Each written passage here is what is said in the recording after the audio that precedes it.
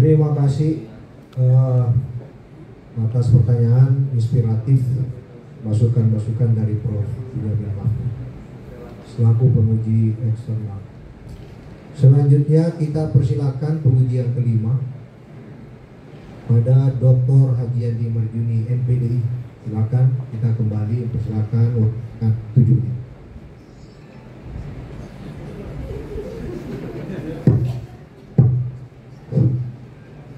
Bismillahirrahmanirrahim. Assalamualaikum warahmatullahi wabarakatuh. Yang terhormat dan kita hormati bersama Bapak Rektor UIN Alauddin Makassar selaku pimpinan sidang pada hari ini. Yang terhormat Bapak Direktur Program Pascasarjana selaku penyelenggara promosi doktor pada kesempatan yang berbahagia ini, para Dewan Unakis dan terkhusus kepada penguji eksternal Prof. Dr. Haji Benyamin Mahmud yang hadir pada kesempatan yang berbahagia ini, dan terspesialisasi kepada promovendus yang sampai tahap ini ya sudah sampai di ujian promosi. Pertama, setelah mendengarkan beberapa pertanyaan-pertanyaan dari awal hingga tadi ke penguji eksternal, apa sesungguhnya menjadi novel di dalam penelitian Anda? Jadi temuan saya atau novelty yang saya temukan di sini adalah Ismail Agia ini menerapkan 3 nilai, yaitu nilai keindonesiaan, nilai keislaman atau keagamaan, dengan nilai kedaerahan atau kepapuaan.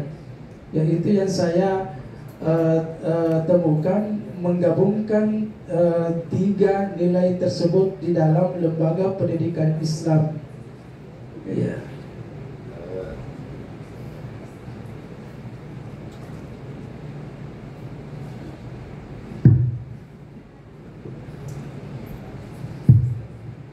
Nah, jadi ketiga nilai itu adalah nilai Islam, nilai keindonesiaan, dengan nilai Islam kepapuaan. Ini kan juga sering ditren bahwa Islam atau pengkomunisasi Islam. Nah, ini yang menjadi orientasi Ismail Agia dalam mendirikan lembaga pendidikan.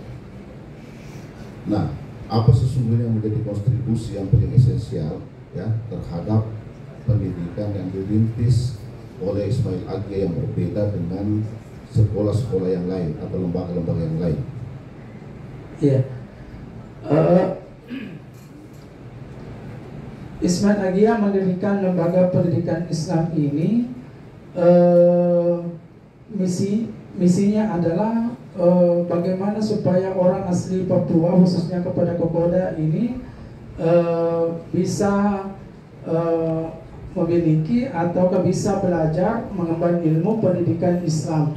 Karena begini, di sana itu berbeda dengan sekolah di sini dengan di sana. Di sana itu di mana ada pimpinan suku atau sama-sama asal daerah, sama sukunya, maka di situ akan mengikut. Karena begini, sebenarnya lembaga pendidikan Islam di Solo cukup banyak, tetapi kelihatannya asli Kokoda itu tidak tertarik dengan masuk pada lembaga-lembaga pendidikan Islam yang dirintis oleh pendatang. Olehnya itu dia merasa resah bagaimana supaya ada yang mengakomodir orang asli Papua masuk di lembaga pendidikan Islam. Kita lihat contoh seanalogikan seperti ini. Kalau kita di Makassar mau mengangkat orang Papua sebagai camat atau kepala desa, mereka tidak mau, karena di sini adalah bukan atasannya orang asli Papua. Tapi kalau di sana dan daerahnya tentu dengan mereka mau. Tapi kalau kapan di luar dari Papua mereka tidak mau. Ya seperti itu.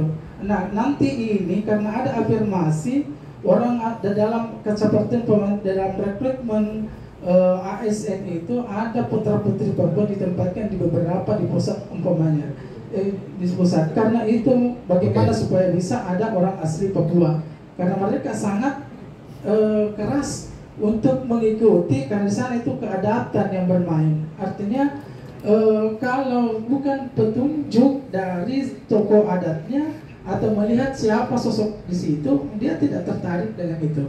Oke. Nah, sekarang ini kita melihat bahwa ketika guru inovatif akan melahirkan siswa yang cerdas dan akan melahirkan lembaga yang bermartabat. Nah, sukses tidaknya kepemimpinan Ismail Age ini kan ditandai dengan hadirnya sumber daya manusia yang ikhlas, amanah, profesional, dan punya komitmen tinggi dalam mengembangkan lembaga. Yang kedua adalah terjadinya sinergitas yang harmonis antara tenaga pendidik dan tenaga pendidikan, begitu pula peserta didik, sehingga seorang guru besar yang sangat terkenal yang namanya Profesor Dr. Hamdan Yohanis mengatakan bahwa dengan adanya sinergitas yang harmonis akan melahirkan energi yang matang. Nah, sesungguhnya apa yang menjadi kondisi real dalam proses kepemimpinan Ismail Age dalam membangun sinergitas yang harmonis di lingkungan pendidikan tersebut? Silakan. Ya. Jadi kepemimpinan Ismail Age itu sangat harmoni karena beliau itu saya bisa melihat ada ciri khas yang dilakukan oleh secara rutinitas oleh beliau. Yang pertama adalah selalu dengan makan bersama oleh guru-gurunya. Kemudian ada dibuka ruang untuk curhat bersama apa masalahnya, dan selalu terbuka bahwa kalian ini bantu dulu saya untuk bisa mengajar di tempat ini karena SDM putra putri Papua masih terbatas. Maka dia itu yang guru-gurunya merasa terpanggil, adalah panggilan jiwa untuk mengabdi di tanah Papua. Itu sebenarnya tertariknya guru-guru di sana. Karena begini, banyak sekolah yayasan memang menjanjikan gajinya yang cukup bagus, tapi ya, oke, terima kasih. Dan selanjutnya saya kembalikan kepada pimpinan sidang. Assalamualaikum warahmatullahi wabarakatuh.